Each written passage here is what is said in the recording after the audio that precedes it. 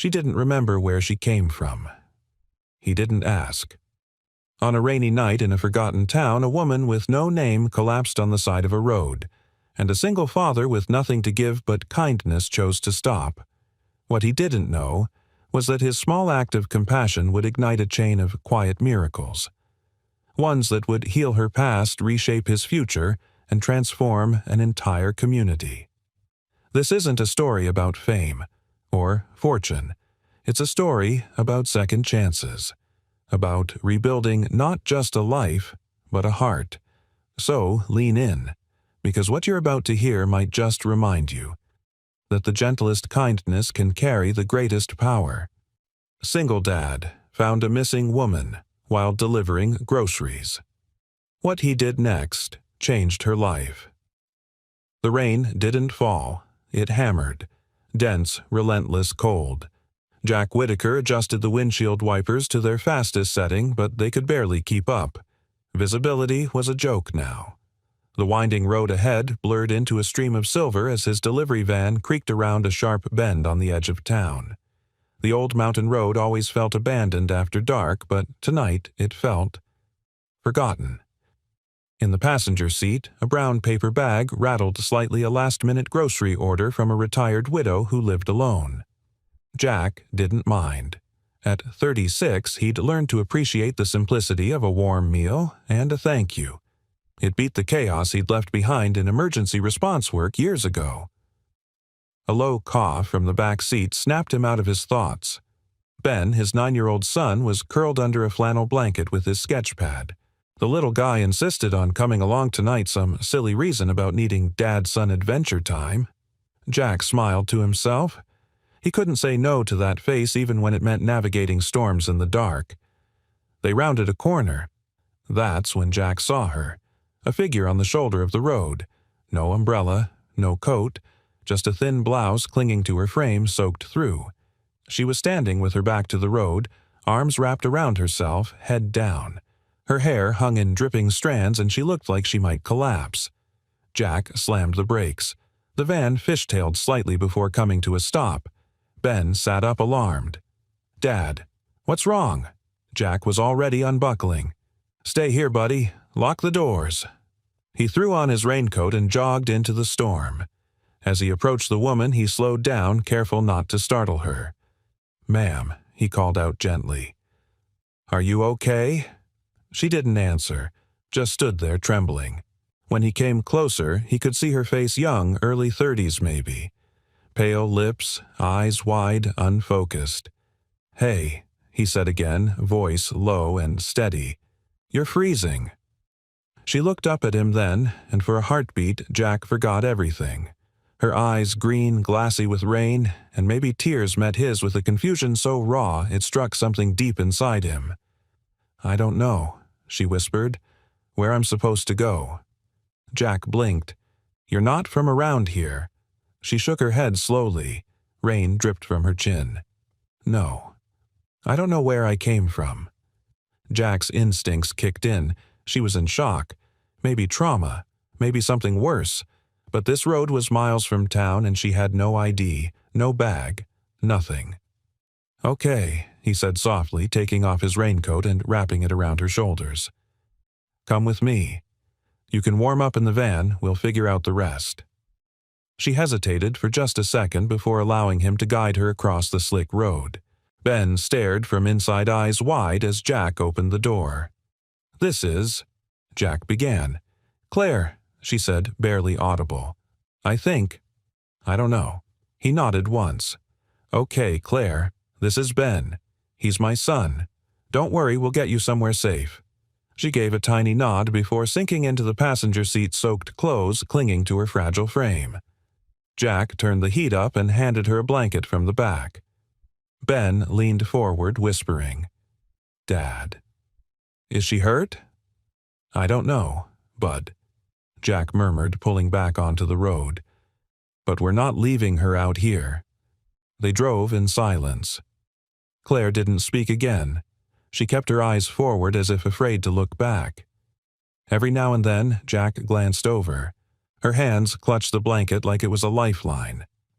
Jack didn't take her to the hospital. He knew better. He'd seen that look before on victims too afraid to speak, too broken to ask for help.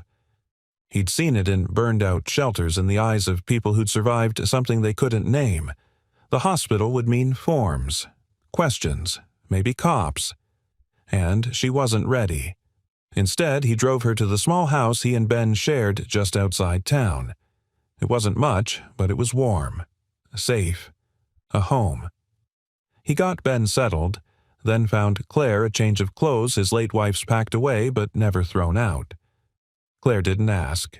She only changed, sat on the couch, and wrapped her hands around the mug of tea he gave her like it was the first warmth she'd felt in months. "Do you want to talk?" Jack asked finally. She looked up, eyes flickering. "I don't remember where I was, just the sound of water, something breaking. Then, here, someone hurt you." A long pause. Then just, "I don't know." Jack nodded again, slow. He wouldn't press. He'd learned that silence, when held with kindness, could speak louder than questions. Later that night, when Ben had gone to bed and the house was quiet, Jack stepped out onto the porch. The rain had stopped, but the air was heavy humming with something unresolved. He watched the dark tree line beyond the fence. Something about tonight felt off. Not wrong, but unfinished. Inside, Claire sat staring at nothing, hands still wrapped around the cooling mug like she was bracing herself against a world only she could see. And in that moment, Jack knew whatever storm she'd come out of hadn't ended. It had just followed her home. The next morning brought a stillness so complete it almost felt unnatural. Jack stood in the kitchen flipping pancakes while the soft sizzle filled the room. Outside, the trees shimmered with leftover raindrops and sunlight filtered through the wide kitchen windows in muted gold. It was a new day, but the storm from last night hadn't really passed. Not for Claire. She sat at the edge of the worn couch, stiff and silent, wrapped in the same blanket from the night before. Her hair, now clean and brushed, fell over her shoulders in waves, but her eyes remained distant, like she was still halfway between worlds.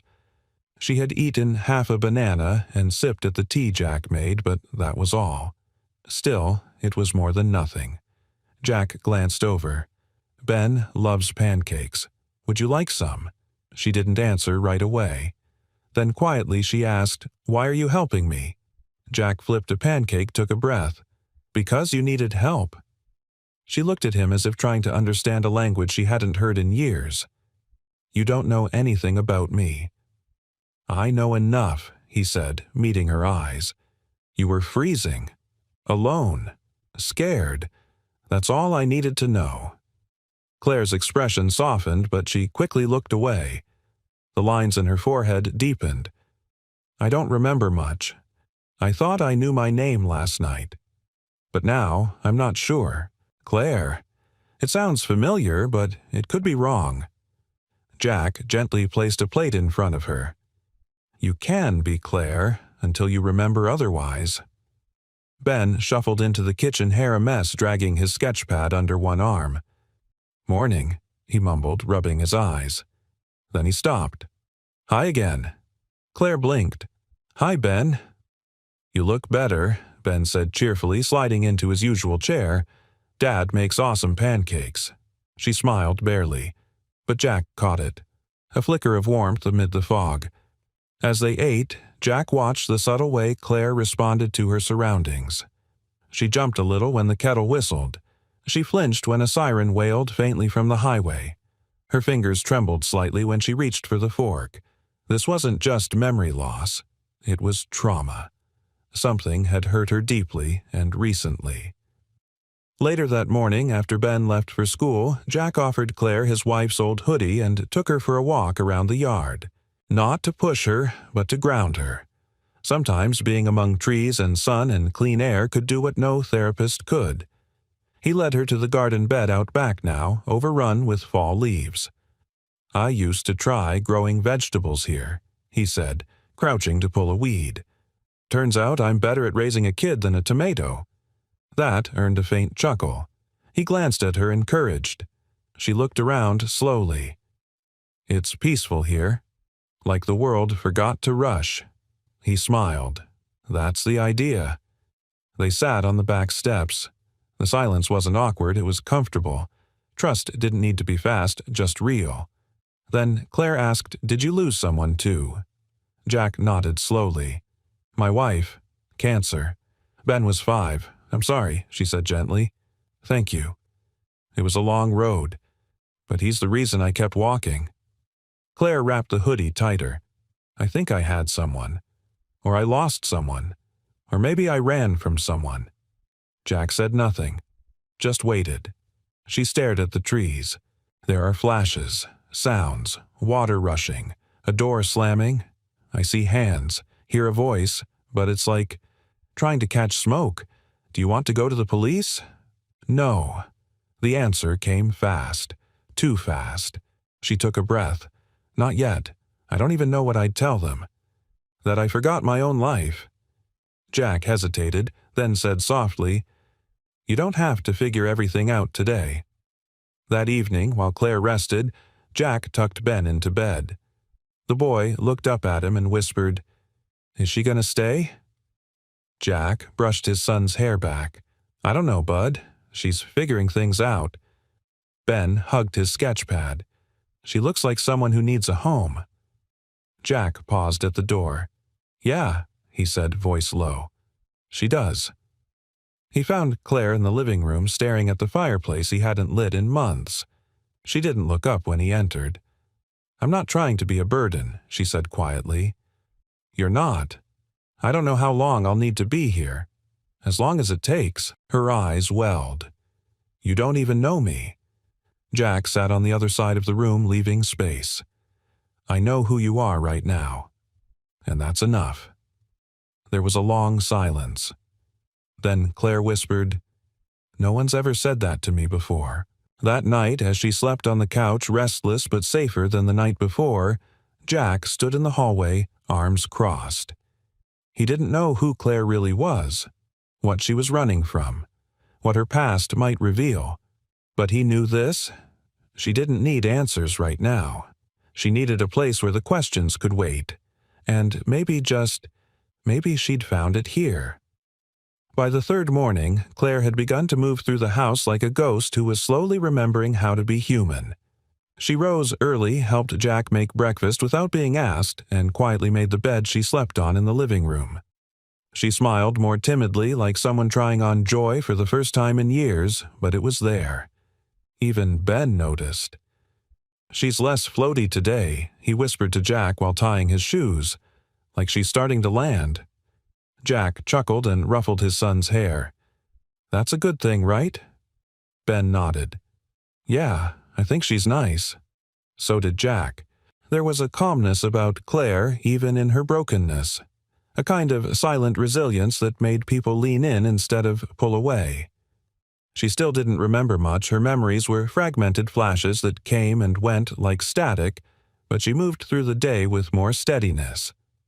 That morning, Jack even caught her humming while she folded laundry. It was only when Jack stepped into the garage that things shifted. He'd gone out to find an old toolbox for a leaky faucet when he noticed the stack of newspapers shoved behind a broken lamp on the shelf. They were from a few months back, untouched since spring, when he stopped subscribing after realizing bad news in the world didn't need his attention to exist.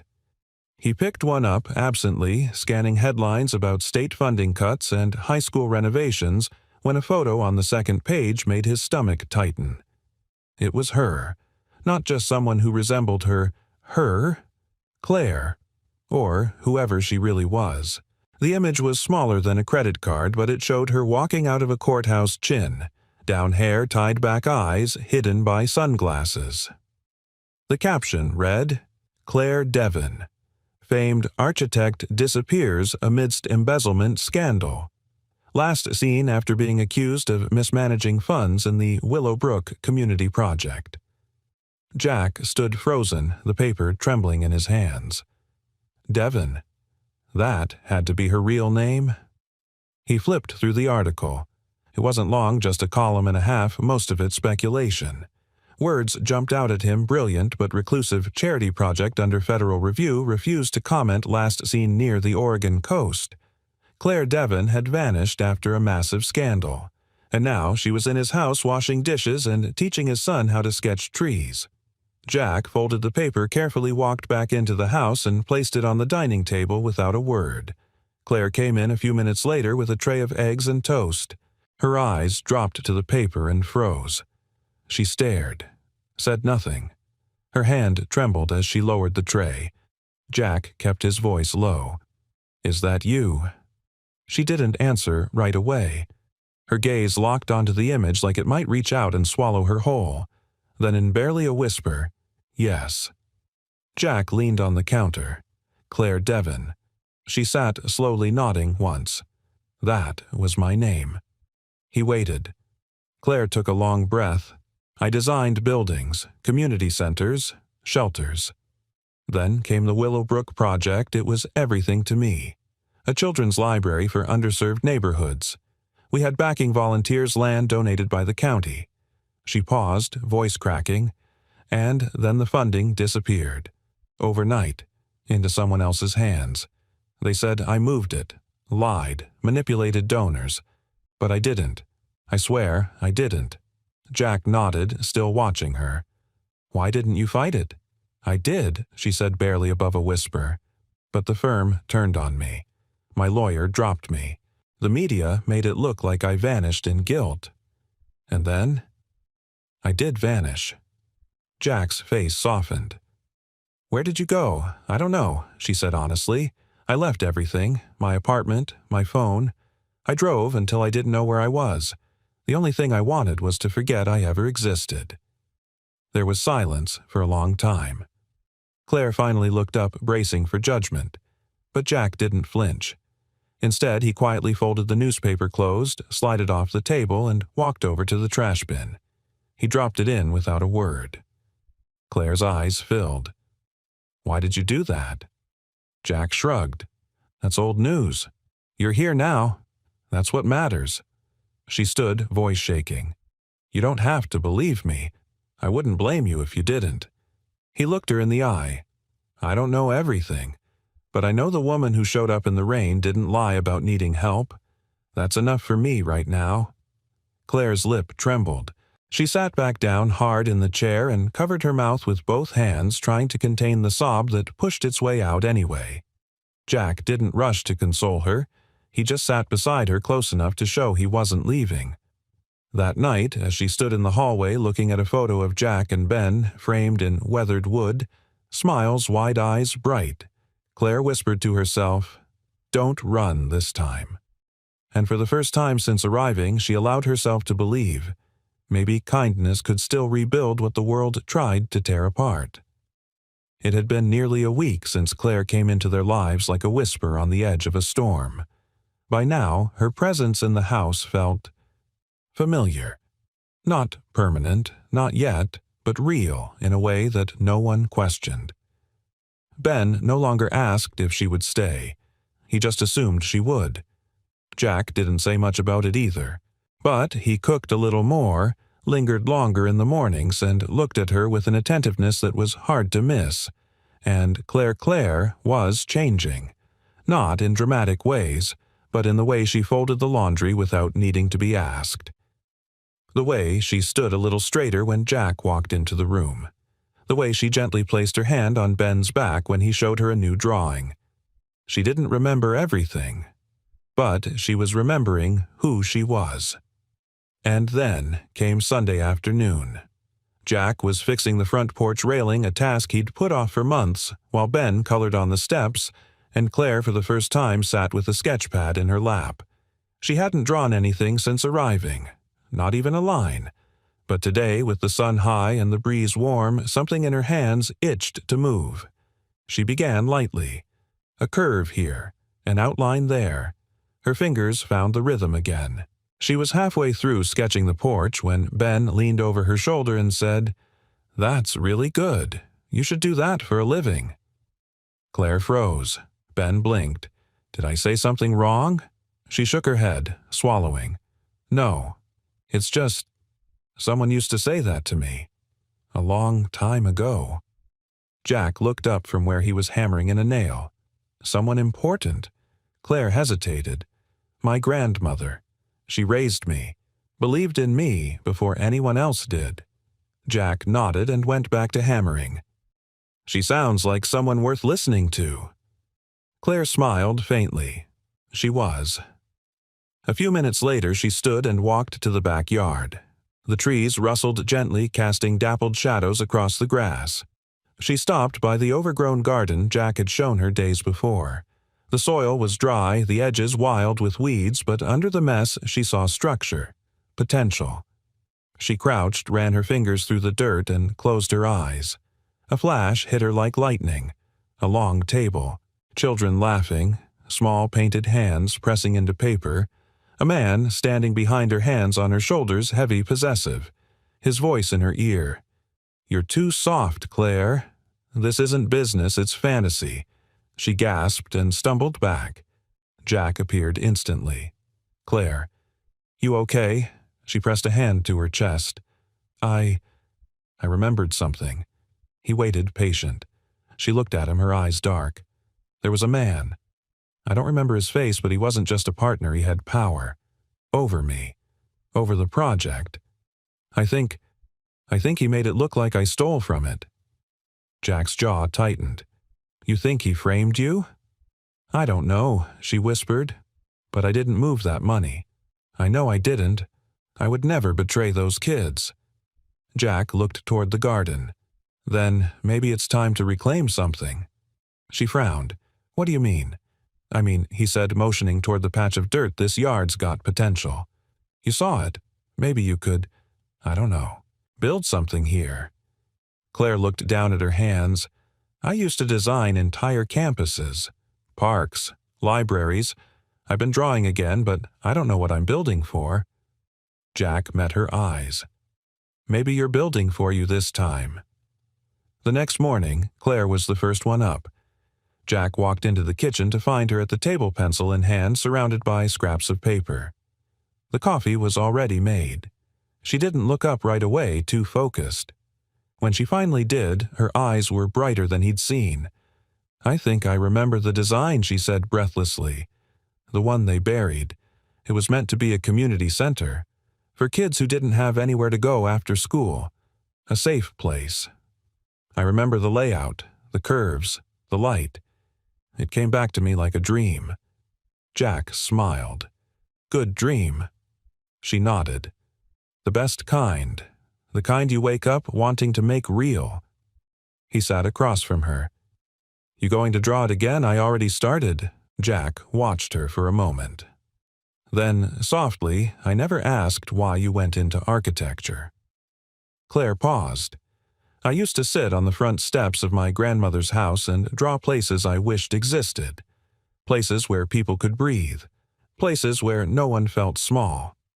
I thought if I built them, maybe I could build something good inside myself, too." Jack didn't say anything. He just reached for his mug and took a long sip, letting the weight of her words settle. Later that day, she pinned the rough sketch to the fridge. Ben studied it for a long time. "Is that a real building?" "Not yet," Claire said gently. He looked up at her with wide eyes. "Can we help you build it?" Claire smiled, deep and real. "I hope so, Ben." And for the first time since she arrived, Claire didn't feel like a ghost. She felt like a blueprint coming back to life. A foundation being restored one quiet miracle at a time. The garden had become Claire's canvas. By the end of the second week, the backyard was no longer a forgotten patch of stubborn weeds and dry soil. Under Claire's hands, it had transformed into something alive, organized, intentional, almost hopeful. She started with small things. A row of lavender. 2 tomato plants Jack had nearly given up on. Wildflowers from a local nursery. Each addition seemed to breathe something new, not just into the yard, but into her. Jack would watch her from the kitchen window in the mornings, coffee in hand, as she worked quietly in the earth, hair tied back sleeves, rolled eyes focused. She moved like someone who had lived through winter and finally trusted spring might return. "You know," he said one afternoon, stepping out onto the porch, "this is starting to look less like a hobby and more like a mission." Claire stood wiping her hands on her jeans. "Maybe it is." Jack smiled. "What's the plan?" "I don't know," she said honestly.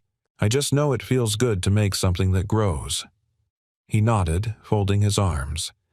"You ever think about starting over completely? Like new name, new place, new everything?" Claire considered it. "I used to. When I first got here, that's all I wanted, to disappear, erase everything. But now, I'm not so sure.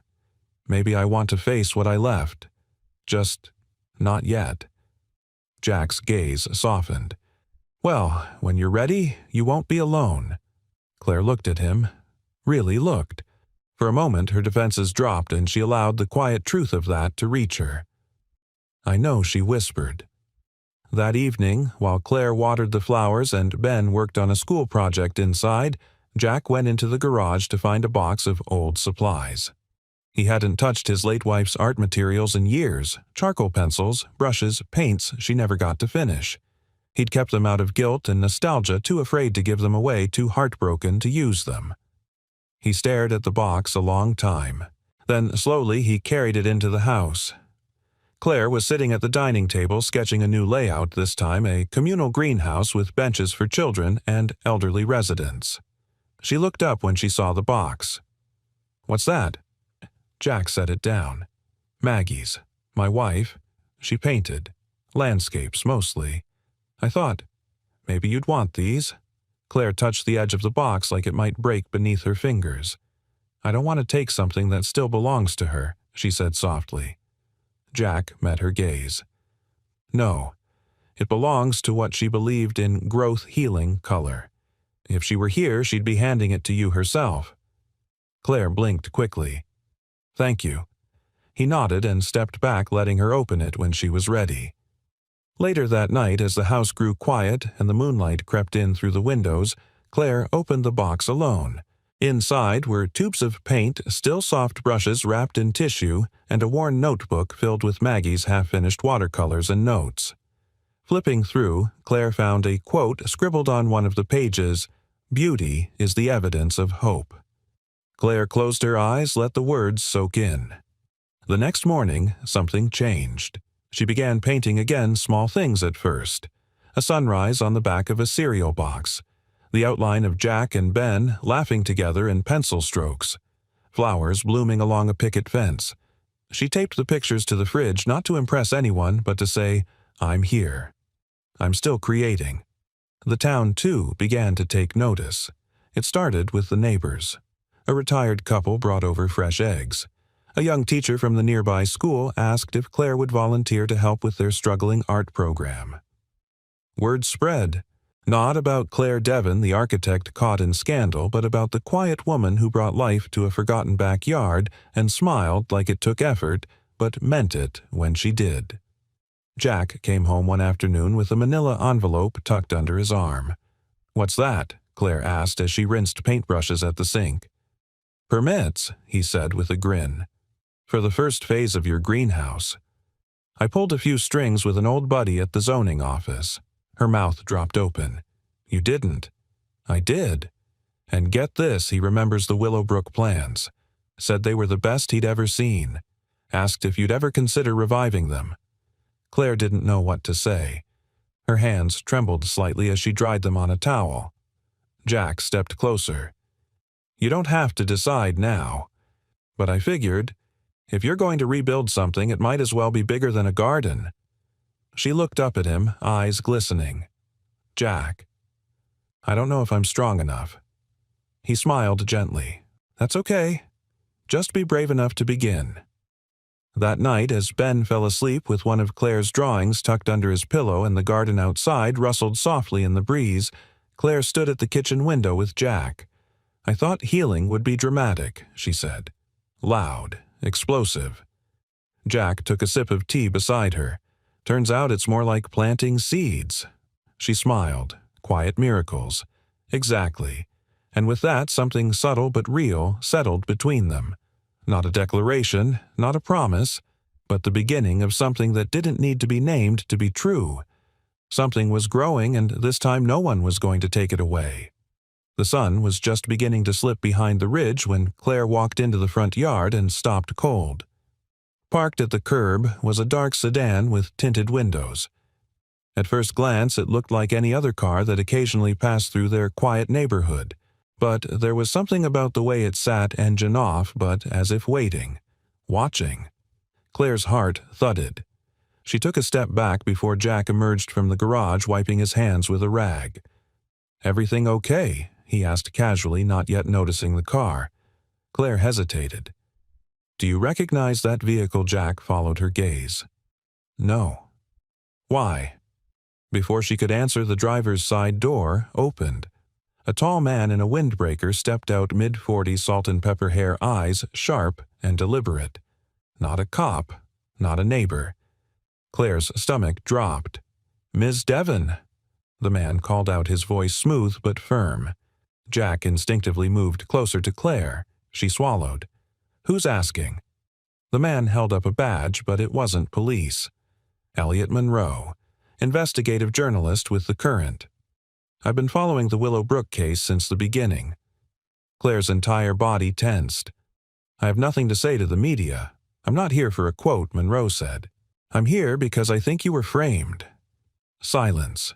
Jack took another step forward. "She's not giving interviews. Not now. Not ever." Monroe held up his hands. "I get it. I do. But I've spent the last 6 months untangling financial records from the Willowbrook project. Do you know how many signatures on those transfer slips matched yours? Ms. Devon." Claire didn't answer. "Zero," Monroe said. "Not one. They were forged. And I can prove it." The words dropped like stones. Claire blinked, disoriented. "That's not possible. The investigation was closed. They buried everything." "They tried," Monroe replied, "but someone forgot about the project's subcontractor accounts. Sloppy bookkeeping left a trail. All I needed was time to find it." Jack narrowed his eyes. "Why now? Why show up here because I've been trying to track her down for weeks?" Monroe said, glancing at Claire. "And when I saw a permit request go through under the name Jack Whitaker, an old firefighter with a shared address, I got curious." Claire folded her arms, voice tight. "So, you're here to—" "What?" "Clear my name with a headline." "I'm here," Monroe said carefully, "to give you a choice." He stepped forward, handed her a small folder. Inside were copies of transaction ledgers, court summaries, and a typed note, "Primary suspect Daniel Kane," with a photo clipped to the corner. Claire stared at the face. Her breath hitched. Daniel. Her former business partner.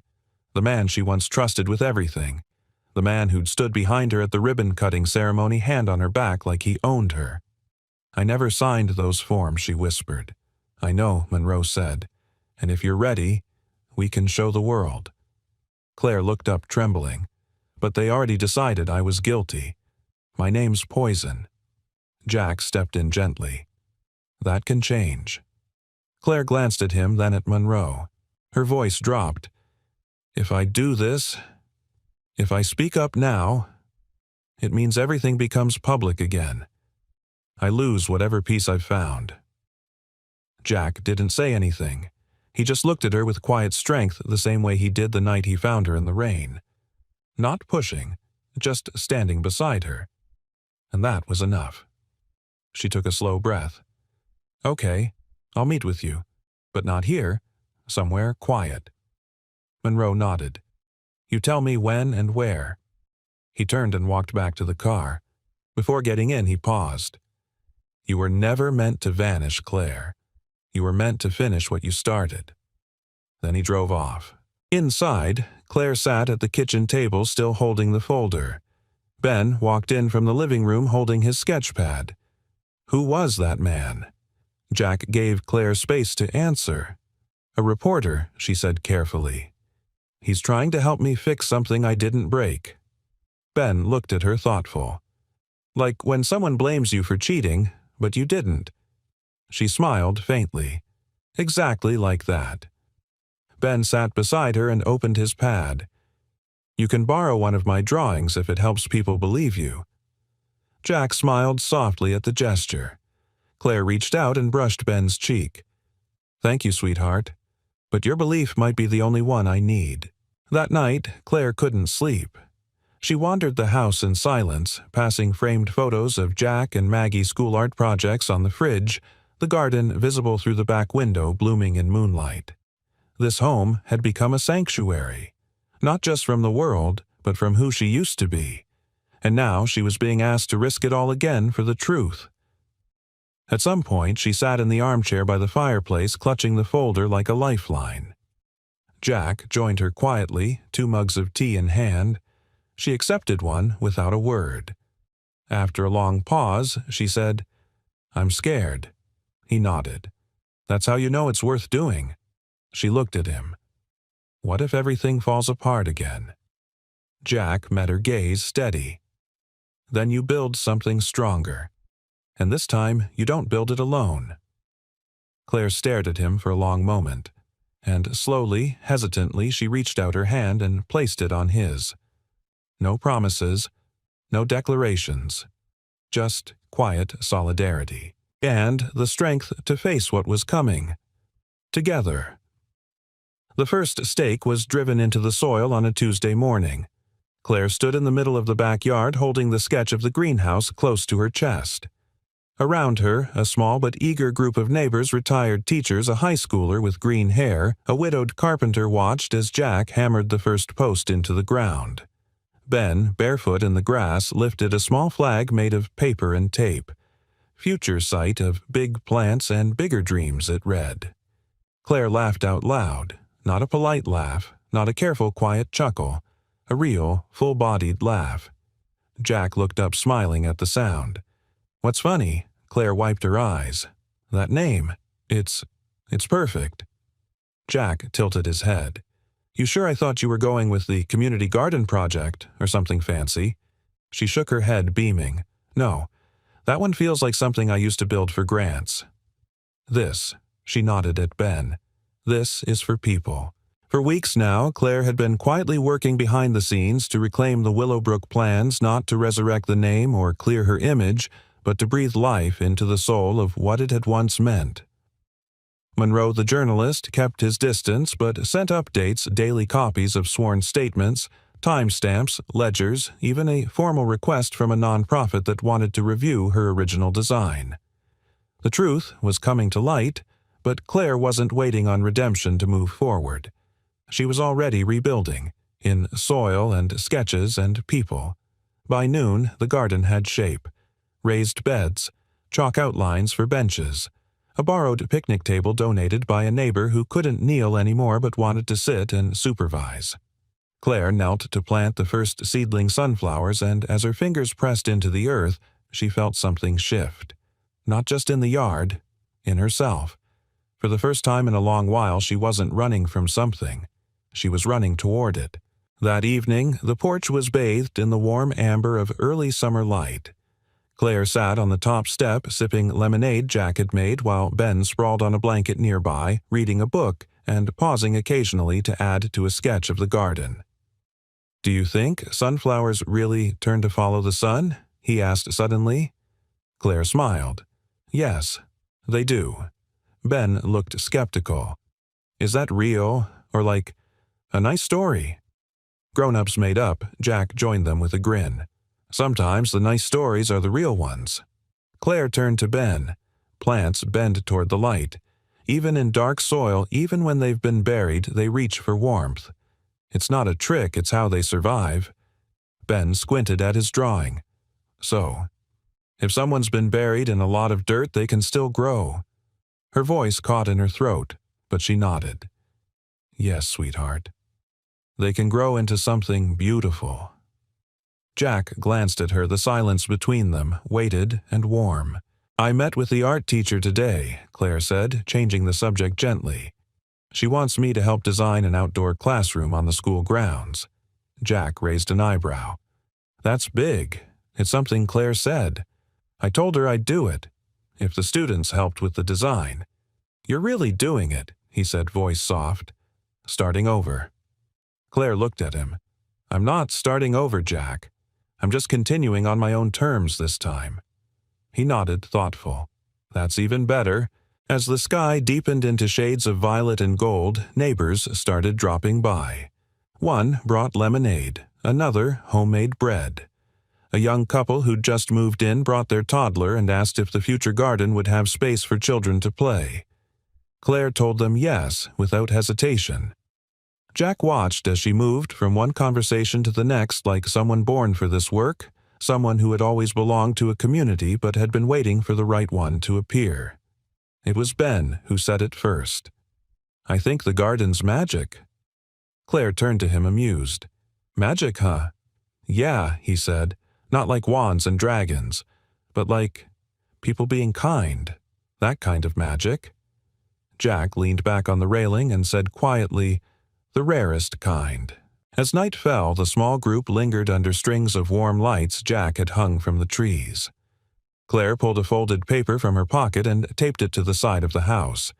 In handwritten script it read, "You're welcome to plant here whatever you've got. Seeds, stories, second chances."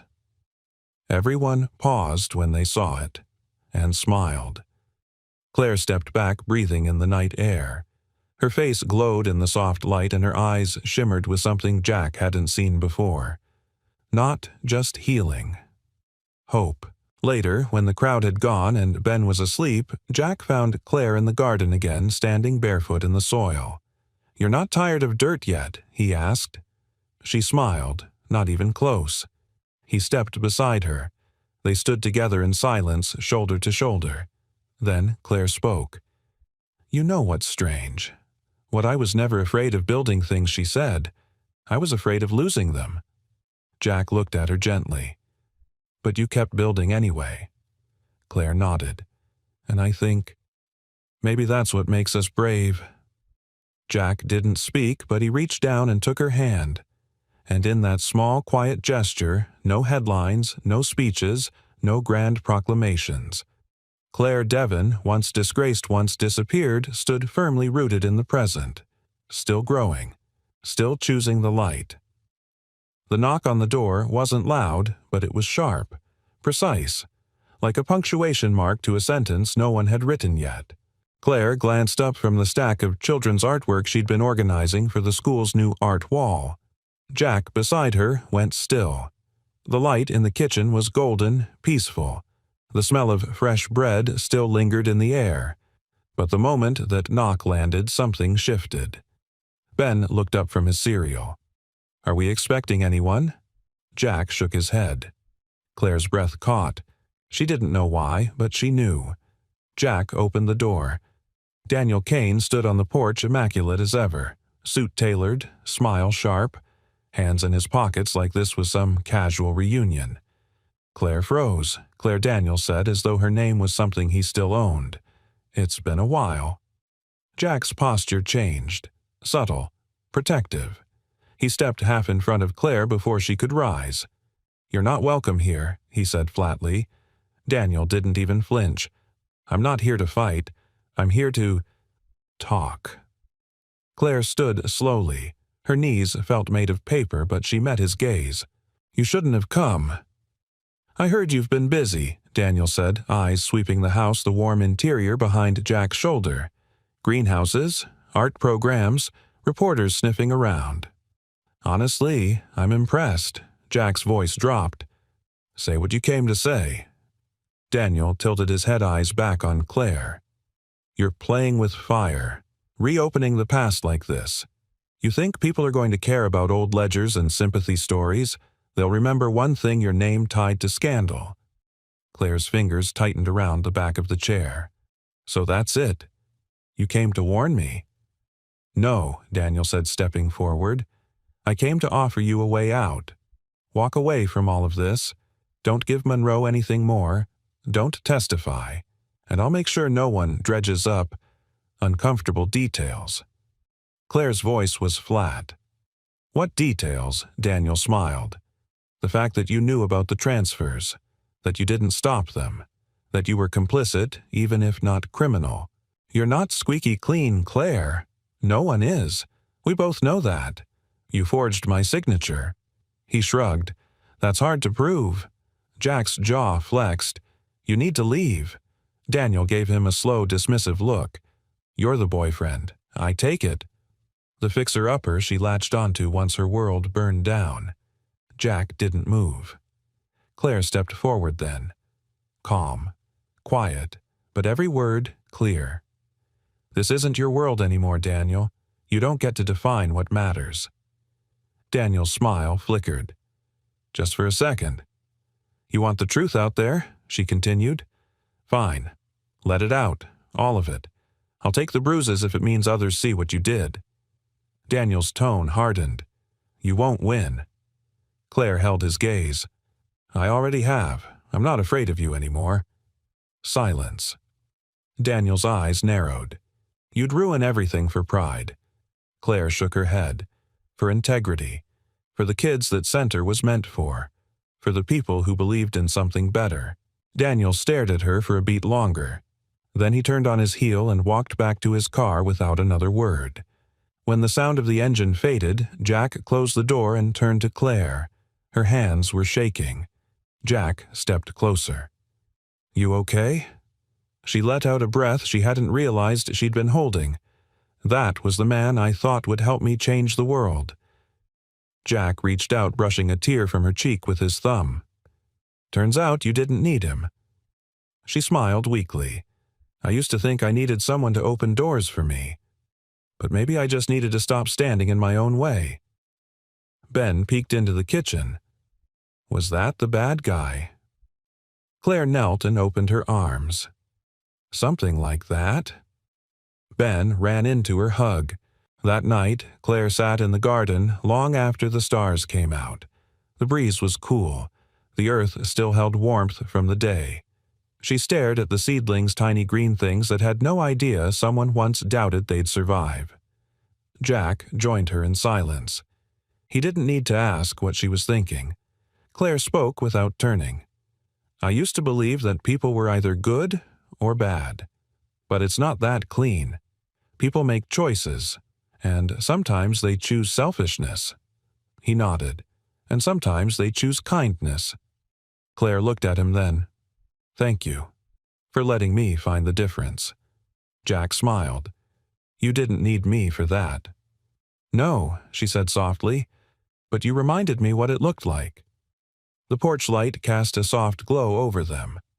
Somewhere in the house, a wind chime rang gently. Claire looked at the night sky and whispered, "Tomorrow I give Monroe the final files. The original drafts, the timestamps, the sketch with the forged signature overlay. It'll be public." Jack didn't flinch. "You're sure I'm sure," she said. "It's not about clearing my name anymore. It's about clearing the ground so something better can grow." Jack nodded slowly. "Then whatever happens, we're with you." She turned, eyes shining. "We, Ben and me," he said. "This house, this garden, this life we're building. It's all part of your story now." Claire reached for his hand. "Then I'm not afraid." And for the first time since her world fell apart, she meant every word.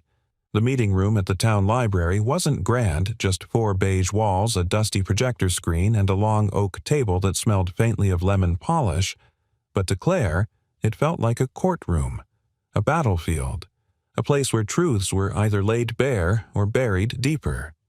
Elliot Monroe was already there, laptop open, stacks of documents neatly arranged. He looked up as she walked in with Jack beside her and gave a respectful nod.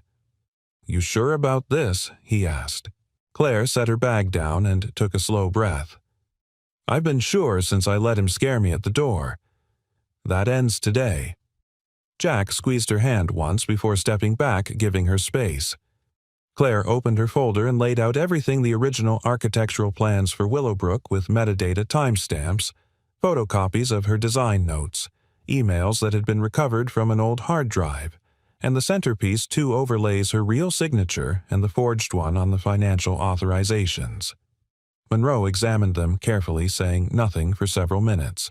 Then he closed the folder and looked up. "This is it. This is what clears the path." Claire didn't ask what that meant for headlines or social media firestorms. She didn't care. For her, this wasn't a press opportunity, it was a release. A quiet one. "Daniel won't go down easy," she said. "No," Monroe replied, But he'll go down eventually. He left too much in the dark and the light's coming in now.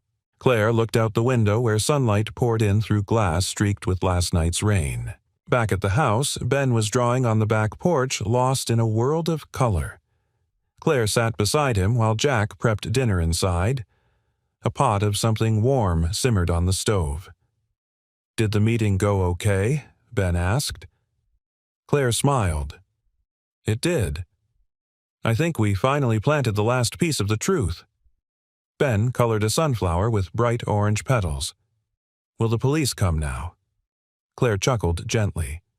"Maybe, but that part's not up to me anymore." Ben paused. "Does that mean you're not in trouble?"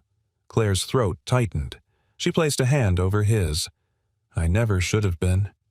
He nodded, wise beyond his years. "Good. I didn't think someone who makes gardens could be bad." Claire looked at him, eyes glistening. "You're a good judge of character." Ben beamed. Inside, Jack set the table, his movements unhurried. This house didn't feel like a stop along the way anymore. It felt like a destination. A place where stories didn't have to end in pain. Where people could choose healing, even if the scars never fully disappeared. That night, after dinner and stories and quiet music playing from the old speaker Jack insisted was vintage, not outdated, Claire sat with her laptop at the dining table. Not searching the news, not checking comments, just finalizing her updated design for the community center, a version that had nothing to do with reputation, prestige, or redemption. It was for the kids. For the single mom who'd asked her yesterday if there would be a literacy room. For the elderly veteran who wanted to host woodworking classes. For the lonely teenager who'd walked by the garden 3 times before finally asking if they could help water the basil. Claire was no longer building to prove anything. She was building because people needed spaces where they mattered. A week later, the article went live. Claire Devon wasn't guilty. She was right. It opened with her garden, with Ben's sunflower sign, with photos Monroe had taken, her sketchbook, her original blueprints, a quote from Jack about watching something grow that had once been broken. The reaction was swift. Support. Apologies. Even a quiet statement from Daniel Kane's office that reeked of legal panic. But Claire didn't read the comments. She closed the laptop after the second paragraph, walked outside, and planted a new row of seeds. Carrots this time. Jack joined her a few minutes later, kneeling beside her in the dirt. "You didn't want to finish it. I already know how it ends," Claire said. The truth came out. "That's enough." Jack smiled. "And what's next?" Claire wiped her hands. "We break ground on the school's outdoor classroom next month. Then maybe. We expand the garden. Make it something bigger. Community run. Maybe even," Jack leaned closer, "a legacy." Claire looked up, startled. "That's a big word. It fits," Jack said simply. She paused, then nodded. "Not just mine, though. Yours. Ben's. Everyone's who believed something good could still come from something hard." Jack brushed a stray strand of hair from her face. "You know what I see when I look at you now?" Claire raised an eyebrow. "A woman covered in soil." He chuckled. "I see someone who chose to stay, who stopped running, who started sewing instead of hiding." Claire didn't answer right away, but then she leaned forward and kissed him. Softly, slowly, with all the gratitude, strength, and unspoken tenderness that had been building since the night he found her in the rain. It wasn't dramatic. It was honest. When they pulled apart, Claire whispered, "I think I finally know where I'm supposed to be." Jack grinned. "Took you long enough." They laughed quietly under the stars. No applause. No camera flashes. Just hands held, hearts open, and the deep, steady rhythm of something blooming. And just beyond the porch, the sunflower Ben had planted first now stood taller than both of them, always turning toward the light. It had rained the night before, one of those soft, soaking spring showers that seemed to cleanse more than just the ground. The air was rich with the smell of earth and new life, and the sun rose, slowly stretching warm fingers through dew-laced leaves and garden beds humming with green. Claire stood on the path leading to the greenhouse frame, a clipboard in one hand and her heart doing an uneven dance in her chest. Today wasn't a grand opening or a press event. There were no microphones or ribbon-cutting ceremonies. It was just the first day of something real. Behind her, the school bus squeaked to a stop at the corner. A dozen children stepped off, chattering and bouncing. Among them were 3 kids from the community shelter, 2 whose parents worked night shifts, and 1 quiet girl. Claire recognized from the art class she'd started volunteering in Lena, who hadn't spoken a full sentence until last week. Ben ran ahead to greet them like the unofficial mayor of the garden. "Come on. Claire says we get to name the flower beds." Claire smiled as the group spilled through the gate like sunshine full of voices, movement, possibility. She caught Jack's eye from across the lawn. He was adjusting one of the bench's sleeves, rolled sawdust in his hair. When he saw her watching, he gave her a lopsided grin and a thumbs up. She returned it, trying to stay composed, but the lump in her throat told her she was failing. This was the dream, one she hadn't dared name out loud when it began. Not when she first arrived broken, not when she was still unsure if she'd even earned the right to hope again. But somehow, through patience, love, and the quiet resilience of soil and seasons, the dream had rooted. And now it was blooming. Claire knelt beside a group of children helping plant herbs. "What should we call this row?" A boy with paint-stained fingers said, "Pizza garden, pizza garden." She laughed. "Yeah, basil, oregano, tomatoes. Everything you need." She nodded solemnly. "Approved. Pizza garden, it is." Lena tugged gently at Claire's sleeve and pointed to a small wooden signpost. "Would you like to name one, too?" Claire asked. Lena bit her lip, then whispered, "Hope." Claire paused. "Hope?" The girl nodded. "Because I didn't think I'd ever like being outside again." Claire's eyes stung. She squeezed the girl's hand. "Hope it is." Later that afternoon, as the kids gathered in a semicircle for story time under the shade structure, Claire walked back to the porch for a break. Jack was already there, handing her a glass of lemonade. "I've never seen you this quiet," he said, sitting beside her. She chuckled. "I don't think I have room left in my chest. It's full." Of. She looked out at the garden, the kids, the signs, the colors, the life. Gratitude, peace, something that feels a lot like home. Jack nodded. "You earned every inch of this." She turned to him, serious now. "I didn't do it alone." "No," he said. "But you were brave enough to begin." Claire leaned her head on his shoulder, and they sat like that for a long while, 2 people not chasing anything, just being. It was a stillness, hard-won and well-kept. As twilight began to settle, the last of the children were picked up. Lena was the last to leave, waving goodbye with dirt still under her nails. Claire waved back, heart full. She walked to the garden one last time, making her rounds. She stopped in front of the oldest sunflower, the one Ben had planted when the ground was still hard and the future unsure. It had grown taller than the fence now, its golden head bowed slightly as if nodding in quiet approval. Ben joined her, standing beside her, barefoot in the soil. "It looks happy." "It does," she agreed. He glanced up at her. "You look happy, too." Claire knelt beside him. "I am. Are you going to stay here forever?" She paused. "You know what I think I just might." He grinned. "Good." Jack appeared a few minutes later with a flashlight. "Sun's down, gardeners. Time to go in." But Claire didn't move right away. She looked out at what they had built, not just the garden, but the moments inside it. The soft reopening of her heart, the laughter she thought she'd lost, the rhythm of belonging she didn't realize she'd craved. It wasn't a grand monument. It wouldn't make headlines or earn accolades. But it mattered. And that was enough. That night after dinner, Jack found Claire in the old garage digging through her sketchbooks. "What are you doing?" he asked. She held one up, the cover frayed. Inside was a plan she had drawn years ago before everything had fallen apart. A community center, reading nooks, art rooms, a kitchen for teaching, wide open windows, soft seating, laughter drawn into every curve. I thought maybe, she said slowly, it was time to start dreaming again. Jack smiled and picked up a pencil. Mind if I help? She looked at him, then at the old plan, and for the first time in a long time she whispered, Yes, please. Outside, the wind rustled gently through the trees, and in the quiet corner of the garden under starlight and promise, the seeds they'd planted began to stir beneath the surface, ready for their own miracle. 1 year later, the town was different.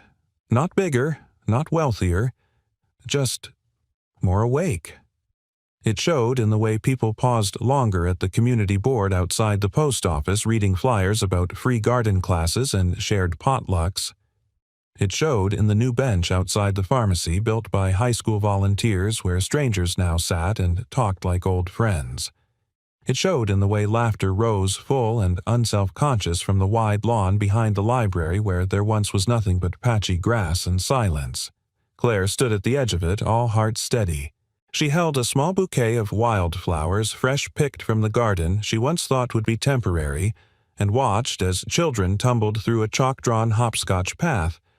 Parents mingled near picnic tables, and local musicians tuned their instruments beneath a canopy of string lights. Today was the dedication. The center they had imagined her Jack Ben, the neighbors, the school kids, the woman. From the shelter who now ran the kitchen garden was finally open. Not just the greenhouse, but the entire space. Classrooms repurposed from an old municipal building. An open studio filled with donated art supplies. Shelves of books and journals. A shared kitchen warm with the smell of cinnamon rolls and coffee. They named it the Corner of Quiet Miracles.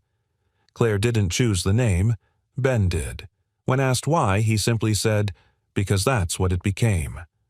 Now, standing in the soft afternoon light, Claire could feel that truth in every cell of her body. She'd been broken once, lost, misunderstood. She had arrived here not to be found, but to disappear. And yet, instead of vanishing, she had grown roots. Not despite what she'd endured, but because of it. Jack came up beside her wearing the same navy shirt he'd worn the day he planted the first stake in the garden. "You good?" he asked. She turned to him. "I'm better than good?" He took her hand. "They're ready for you." Claire stepped onto the small platform at the front of the garden, where a modest microphone stood waiting. The crowd, quieted, casual, and kind, a mix of familiar faces and new ones drawn by word of mouth and something harder to name, something they all seemed to recognize when they arrived. She cleared her throat. The wind rustled the trees. She could smell basil and fresh paint. "I don't have a long speech," she began, smiling. "Just a story."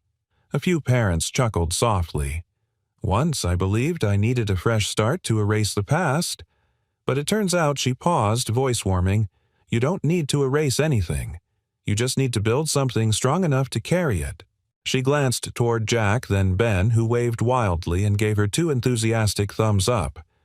"I came to this town with nothing. No plan, no name I trusted, just a heart that still wanted to be useful. And what I found, what you gave me, was space, time, and a lot of kindness." Her voice caught for just a moment. This place wasn't built by one person. It was built by every hand that pulled a weed, painted a wall, baked a casserole, or told a tired woman she mattered when she'd forgotten how to believe it. She stepped back from the mic, and the applause that followed wasn't loud, it was real. Claire didn't bow. She didn't wave. She just walked back into the crowd, letting herself be part of it again, not the center, just one note in the harmony. Later, when the sun began to set and the lights twinkled like stars made just for this garden, Jack pulled her aside. "I have something for you," he said, reaching into his jacket pocket. She raised an eyebrow. "Is it a tomato?" "Because I still don't trust the ones we grew near the compost pile." He laughed. "No.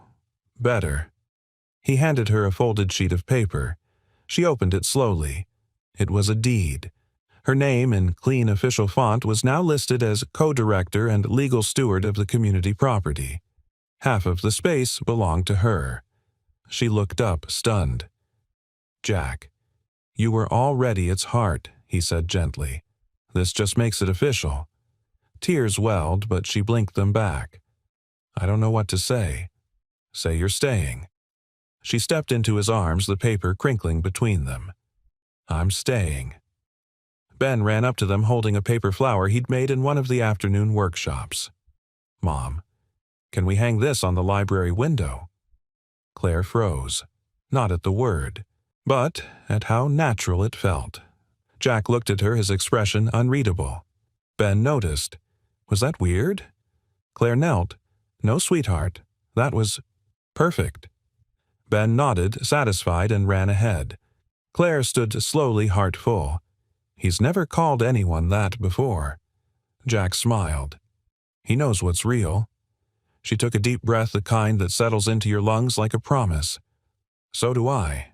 That night, after everyone had gone home and the garden was lit only by moonlight and memory, Claire stood at the center of it all. She reached down and pressed her fingers into the soil one last time. Not to plant, not to pull, just to feel. And in that silence, still and sacred, she whispered not a prayer, but a quiet truth. You don't have to bloom in the place where you were planted.